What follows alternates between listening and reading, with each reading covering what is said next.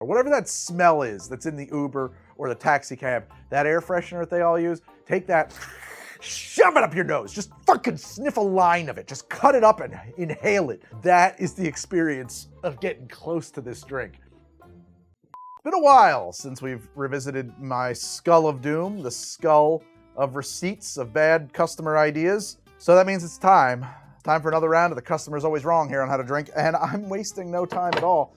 Why don't we reach right in there and make a daiquiri with a salted rim and olives. Oh my God. Yep. Daiquiri, house, olives extra times 2. So 4 olives, I suppose. Salted rim, yeah, I don't know. That's what she wanted. I'm fascinated. So basically what they want is a daiquiri that's presented like a margarita crossed with a martini. They want a Daiq-a-marg-a-tini. So this is the Daiq-a-marg-a-tini. I like that name. Let's see here, glassware-wise. Yeah, I think that this is the appropriate glassware for a Daiq-a-marg-a-tini. All right, gotta start this thing up right. Means we have to salt the rim of our glass. I am curious about this drink, by the way. I actually think that, you know, there might be something here. I think that probably they're going way too far into the direction of briny saltiness, but there is maybe something to be said for offsetting the sour sweetness of a daiquiri with briny saltiness. It might actually do something fun to the drink. I think this is probably going too far, but we'll see. I'm literally just gonna use this goofy little salt guy. I mean, I don't often do it that way, but boy, does that make it easy, huh? We'll just let that sit over here while I make the drink, which is gonna be pretty simple to make. It's a daiquiri, which starts with 1 ounce of lime juice. I'm hoping that a lot of the drinks in this don't call for simple syrup because I'm nearly out. You know, believe it or not, I too run out of ingredients. I also run out of simple syrup. There's part of me that's thinking, Greg, there's no reason to make a whole daiquiri. You can make a half a daiquiri. I will. I don't need a whole daiquiri. I can make a half a daiquiri and stretch my simple syrup. So normally, I would make this with 1 ounce of lime juice. Instead, I'm using a half an ounce of lime juice because we're making a half a daiquiri. It's a half a marga-daiquirini. Now I need a half an ounce of simple syrup, equal measures. Yeah, we are right at the dregs of this bottle. It's easy to make simple syrup, I'm just lazy. And I need 1 ounce of rum. Feel a little spicy, a little saucy, so we're gonna use a barbecue. I wanna pronounce that barbancourt, but apparently it is pronounced barbancourt, which is a French style rum, Haitian. 1 ounce. I don't know when the last time I've tried this in a daiquiri was, so I'm kind of curious to see if it actually makes for a, it won't make for a bad daiquiri. I just wanna know, it's a question of whether or not it's ideal for a daiquiri. A salty marga-daiquirini is probably not the right drink to do that with, so we're probably gonna have unconclusive results here. At that point, I'm ready to shake. Don't have my bar spoon, so I'm using the bottom of my jigger. Why don't I have my bar spoon? As I explained, I'm lazy, and it's in another room, and I don't wanna go get it. That worked way better than I expected it to. Keeping that one in mind. My glass over here, my olives. Love these little suckers, I really do. 4, I believe, so I'm just gonna drop them in there. I haven't done a customer's wrong in a while. Let's see how wrong this customer is. I am genuinely interested. This is not an appetizing look. Here's looking at you, kid. Or shall I say, table 31, here's looking at you, table 31. It's really strange because the blast of salt from the rim makes the cocktail that follows uncomfortably sweet. You really don't get any of the tartness, it's just sweet. Like the lime is gone. Actually, there's plenty of olive brine in this that chases it again. It is salty. This is like drinking the ocean. Oh, tasting between the lines, I can tell you that the barbacoa makes a pretty decent daiquiri. It's just dressed up in the ocean. Briny, salty madness as he picks an olive out. Man, that's weird. It's not gonna make your toes curl, or at least it's not making my toes curl. I've been around the block here. But you won't order a second one. Is this a thing somewhere? It's so gross. I am interested in one thing. It will not make it good. I am curious, like just from like a flavor science perspective, what would happen if I double the lime ratio? I put another half an ounce of lime in there. It's just completely lost in any level of acidity or tartness here. I mean, it's there, but you can't taste it because of the salt. So I suppose the question is like if I double my lime juice, does it somehow rebalance the drink? Even if it did rebalance the drink, this drink would be delivering so much sodium that like, I would feel like ugh. It does rebalance it. Now I'm getting lime juice, but I don't like it anymore. I like it maybe less.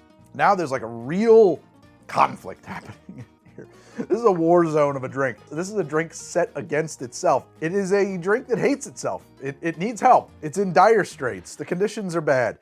The tanginess, the extreme tanginess of the double lime daiquiri, marga-daiquiri.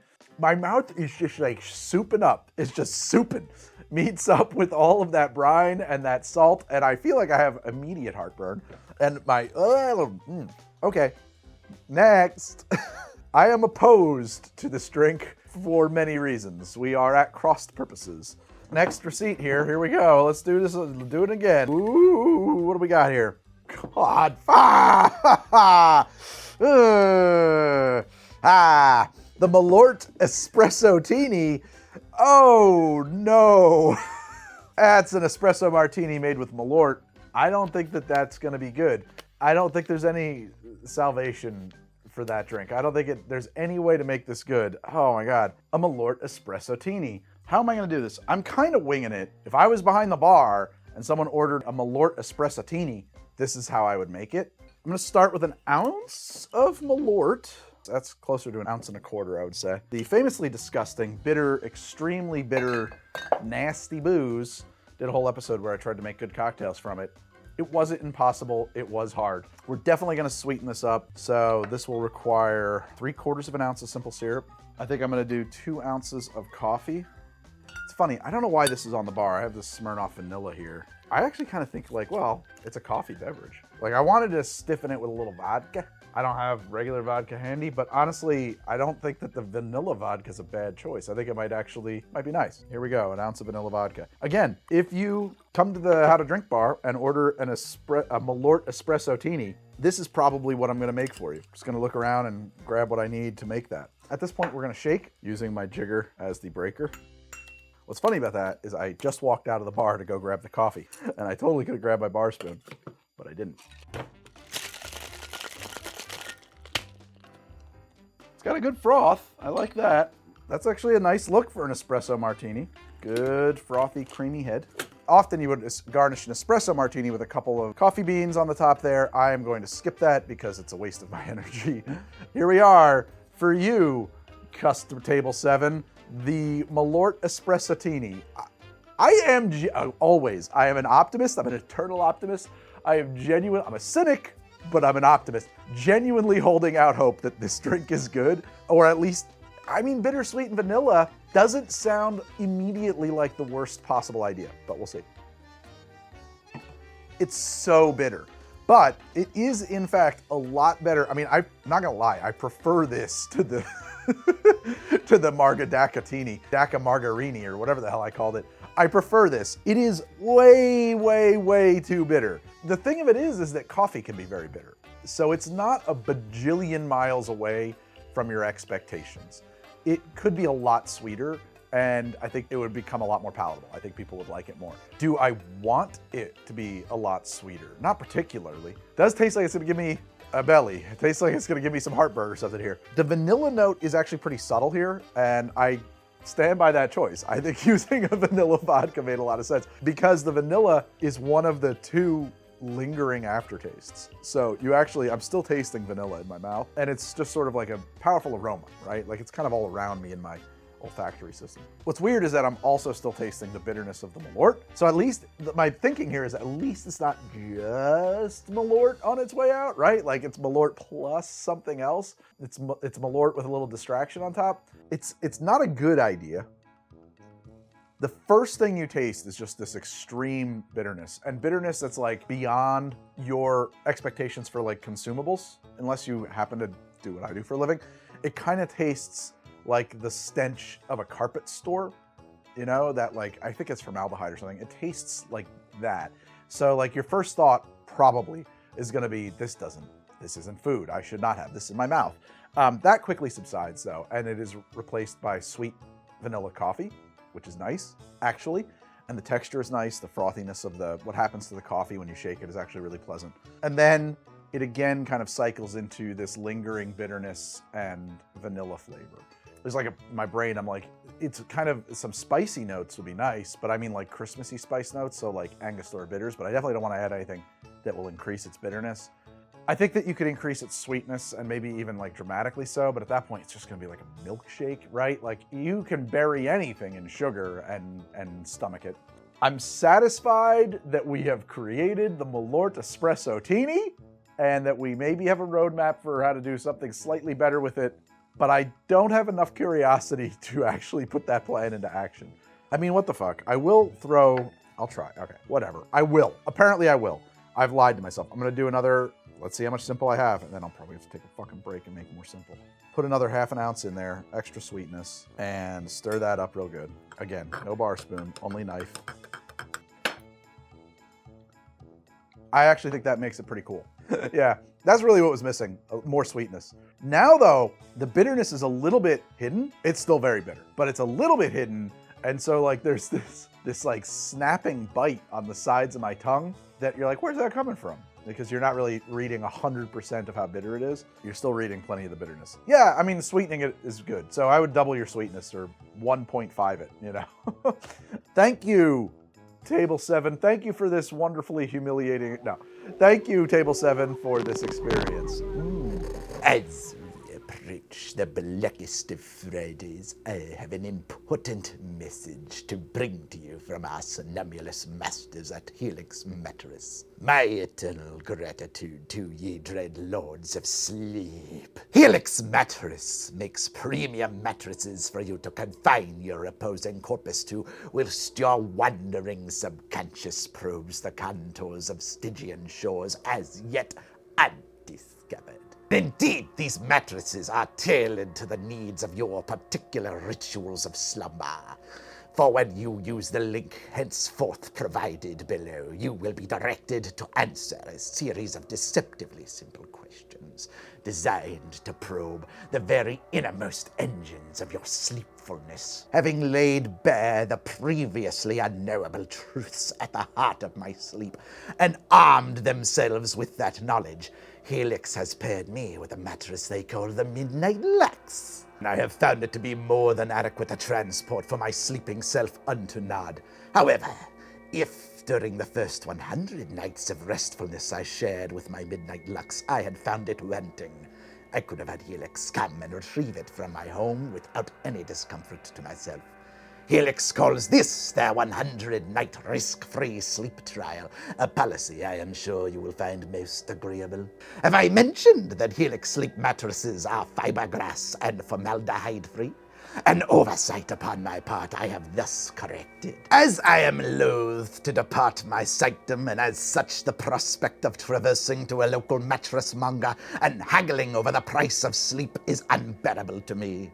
This is why it brings me such indescribable joy that Helix delivers the mattress directly to my domicile.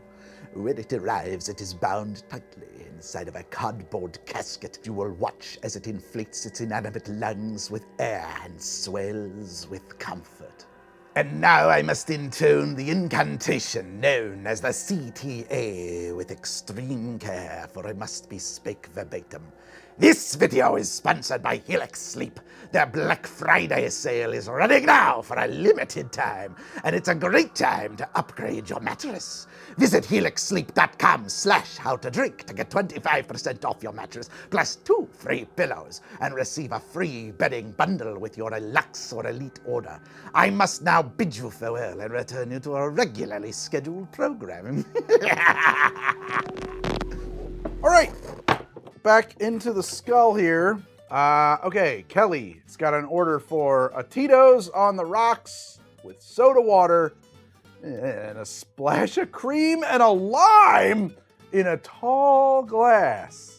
What the fuck is that? What the fuck is that? Fine. There's your fucking ice. How you like them apples? 2 ounces of Tito's. It's kind of funny I even have Tito's. Like, I don't just usually, like, I'm not like a vodka. As you may or may not know, I don't care what vodka you use. But I do know that we need some seltzer. This is the Drink Mate. This is actually my favorite countertop soda maker. So much so, in fact, that they noticed and decided to sponsor the show. So thank you to Drink Mate. You can carbonate anything with this, not just water. I could take cocktails and throw them right in there and carbonate them up, which is pretty cool. Other soda makers don't have that ability. I love it about these. And the other thing that they've got going on is all of these, they make syrups. They have a lot of syrups that are going to help you make all kinds of different soft drinks. What am I looking at here? I've got the pink grapefruit, which sounds tasty. This is their tonic. This is their Italian blood orange. I think those are all super duper fun. But the main thing I love about DrinkMate is that they have this machine that will carbonate whole cocktails or water or whatever, as long as it's not hot. I found that out the hard way. So if you want to pick up a DrinkMate for yourself or for somebody else on your shopping list, use the link in the pinned comment below or up here in the corner. And thank you again to DrinkMate for being a sponsor of the show. Let's use this seltzer. I sometimes wonder if the word is out in a lot of places. Like, hey, there's this show called How to Drink that'll make whatever garbage you order. And I wonder if, as a result of that, people are ordering things in hopes that they'll wind up on the show. Most of these receipts, or if not all of them, I think, come from Mover and Shaker on Instagram. So, I don't know, guys. Maybe you're just fucking with me at this point. I don't know who would order this, except as a joke. I really don't. Okay, there's our splash of cream. Oh, God! There was something deeply unappetizing about watching that go in. And here's our lime juice that they wanted. You know what's interesting is I'm only hearing about this now recently is dirty soda or dirty Coke. You hear about this? I think it's a Mormon thing, and I'm not saying that as a slight. I'm just led to believe that it's a thing that Mormons are into, where they take their Coca-Cola or their Diet Coke and they like treat it like it was a Starbucks coffee with like pumps of vanilla syrup and heavy cream or half and half and like all kinds of stuff. They try to make them into like frappuccinos, but like in replacing the coffee with Coke. I wonder if there's anything in there. It's an interesting idea. Okay, so the top of this is forming a thickly curdled skein. Let's go, Kelly. Let's go. Table, whatever. How much did they charge for this? Horton $16.59. I don't know what that means. Okay, here we go. To you, Kelly, I believe the server. Sorry.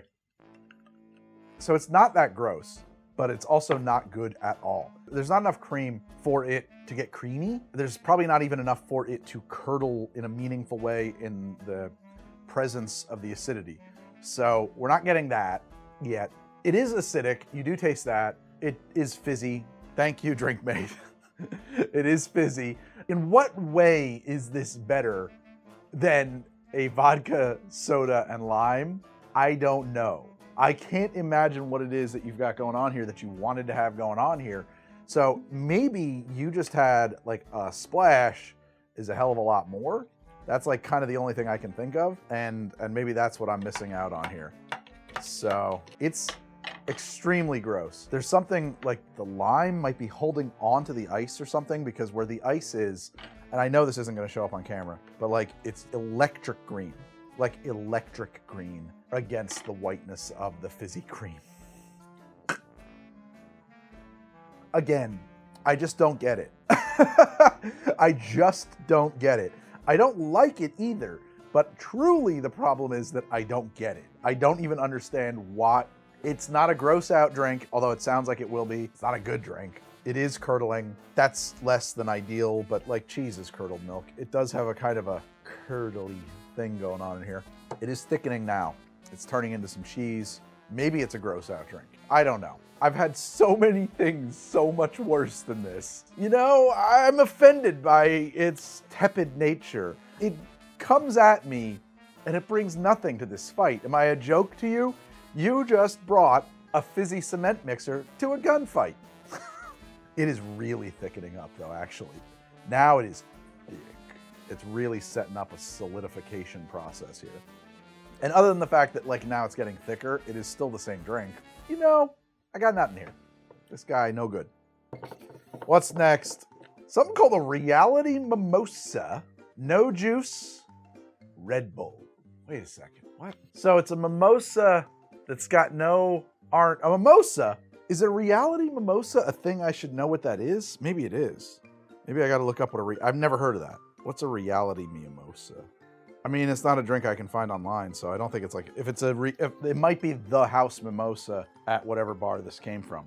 I'm sure it is. Ah, shit. Well, then what I'm seeing here is just to mix Red Bull and champagne, because it's reality mimosa, no juice, so out goes the orange juice, in goes Red Bull. If you take the orange juice out of a mimosa, you're left with champagne. If you add Red Bull, you'll have nothing more than champagne and Red Bull. That's gotta be what this is. All right, so this is the reality mimosa. It's no juice and Red Bull. So again, you order a mimosa from me, no juice and Red Bull, is what I'm gonna do. I'm thinking that the Red Bull takes the place of the juice, which means we're not gonna use a lot of it. We're gonna use a bit of Red Bull. Don't you wish Red Bull had like a more cool color? Because this is just gonna kind of disappear into our champagne, which by the way, is not champagne. It's Cook's California Extra Dry White Bubbling Wine. Famously, Cook's comes from the Cook's region of California.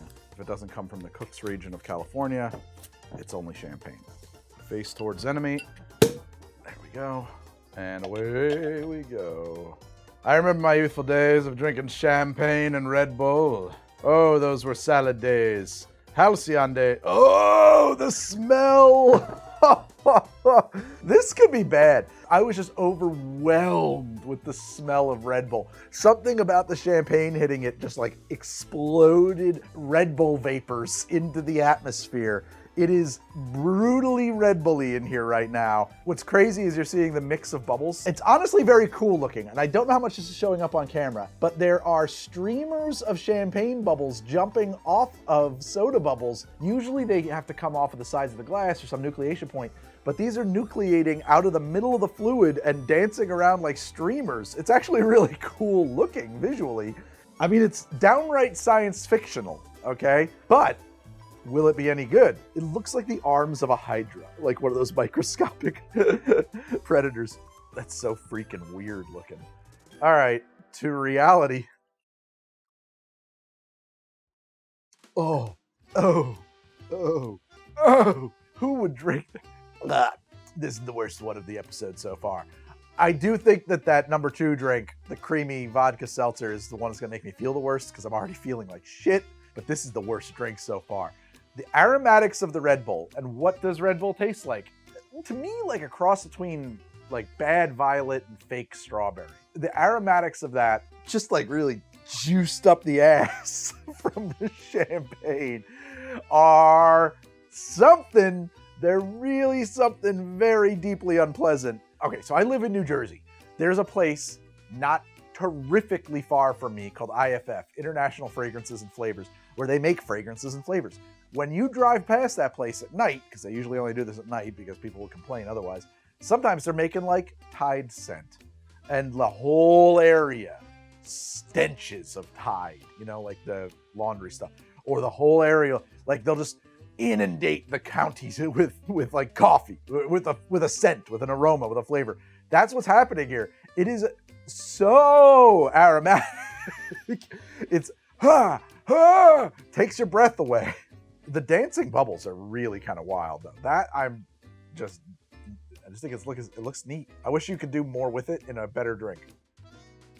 But the effect of that, oh my God, that nose, it's like the intensity of a taxi cab air freshener. Not like these have the pine tree ones. That's like so 80s. We don't do that anymore. Whatever that smell is that's in the Uber or the taxi cab, that air freshener that they all use, take that, shove it up your nose. Just fucking sniff a line of it. Just cut it up and inhale it.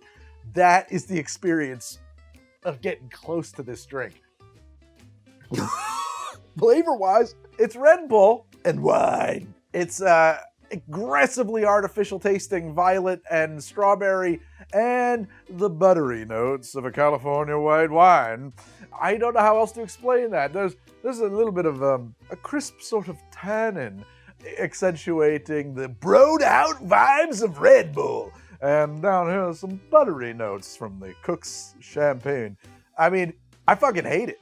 I hate this drink. And I'm going to tell you something else. You hate it too. Everybody hates this drink and the person who ordered this drink. Fuck this drink. Fuck the customer. It's the worst. It's so bad. And yet, I'm impressed by it. You know, just a simple combination of 2 ingredients to really hit this depth of depravity. You know, there's nothing to take away. It's an engineer's maxim right here. 4 down. Let's see about one more. This is a Casamigos with Sprite and sour cream. I'm telling you, people are coming up with these orders for me, personally. It's not just me having the world's largest ego. I do. It is, I'm thinking it's possibly a fact. All right, Sprite and sour cream and Casamigos. Here we go. Get my ice in there. I think I got a bottle of Casamigos. Here we go. 2 ounces of Casamigos. George Clooney tequila. Fill that up with some Sprite. Make sure to leave some room for sour cream. It's funny, it does immediately fill the room with the aromas of tequila. The pleasant vegetal menthol kind of agave smells. We love that. Let's cover it in sour cream. Oh yeah. Oh boy. Oh boy. That's a dollop of Daisy will do. A little dab will do you. Isn't that just a dollop or something? Isn't that Daisy's whole thing? I don't know. I think I got to mix that in or something. Oh, sweet Jesus. Oh no. Ha ha ha ha. Great. Okay, let's, I deserve this. It tastes like dirt. It tastes sweet. It tastes like sweet dirt. The tequila is very loud. It's a lot of tequila flavor. Big tequila flavor. Big agave. Honestly, the sour cream is adding nothing to it except making it look gross. You know, it's not really adding any flavor. I mean, I wonder if it's like cutting back on something, but I don't think so. The Sprite isn't very present. I can't remember the last time I've had a Sprite. What does this stuff taste like? Wow. No, I'm really surprised because that is a very loud lemon lime flavor that's not coming through here at all. Not at all. No, all I really taste is tequila. Big, agave, earthy, huge hit of mint just hit me. Menthol, I would say, actually. Kind of like down here in my throat. Maybe that's not technically menthol, but it's in that space, you know. No effect from the sour cream, and I added quite a bit of sour cream. I don't think we under-soured this. I gotta tell you guys, I think you're getting weak, okay? I just did, 5 customers always wrong receipts? 5 of them? And the best you guys came at me with was Red Bull and champagne. You gotta step up your game, crazy customers. You gotta come at me hard. I am unchallenged by these attacks. What you got? Bring it, please. Is there another receipt in here? There is. What is it? This is a Jäger Old Fashioned. I'm gonna like that. That's not even, am I a joke to you?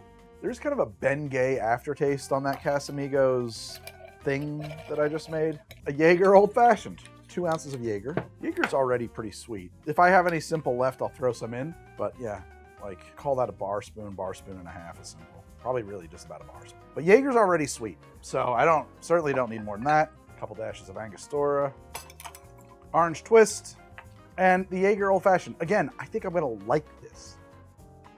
That's delicious. That's delicious. I would prefer it to be like almost a Fernet Old Fashioned. I think there are other, is Jäger an aperitif? Amaro aperitifs, digestives. I think there are other, it's a digestive probably because it's a sweet aperitif. I think there are other digestives I would prefer in an Old Fashioned, but there's certainly nothing wrong with this. Pleasantly bitter, it is herbal. There are a lot of different notes in there. The orange is doing plenty of work, that twist. It's balanced for sweetness. It's not super duper duper proofy, right? Like 35. Yeah, so I mean it's 35% alcohol as opposed to 40, which is your standard proof spirits. It's not bad. It's not bad. It's not my favorite Old Fashioned ever, but honestly, I don't hate it. I kind of like it. Some licorice notes. Not a lot, actually. It's not aggressive. It's got a lot of other flavors in there other than licorice. I think there's some celery. What is that? There's some other herbal, earthy flavors in there. There's a lot, right? Like there's supposed to be 56 different ingredients. So I'm not gonna be able to pull all those apart. I'm not that kind of a wizard. But yeah, this is fine. This is fine. You know, Meredith pulls these receipts together. Meredith, what do you got? You know, I know you're busy, but this is the worst you can do? Oh, come on. Customers are fucking weird. They're not right. They're wrong. I'll allow it. These customers are all basically wrong, except for this one. This one just knows what they want. They're good. All right, that's it. These customers are weak. Maybe next time we'll have some really fucked up shit. See you next time on another HTD. Thank you guys so much for watching. Like, subscribe, check out my Patreons down here and up here in the corner. You want to get on the app, you want to use the show as your own personal cocktail guide, HTD app, you'll find it in my Patreon. Down here in the link, up here in the corner. Get on over there. Patrons make the show go round. I will see you next time on another HTD.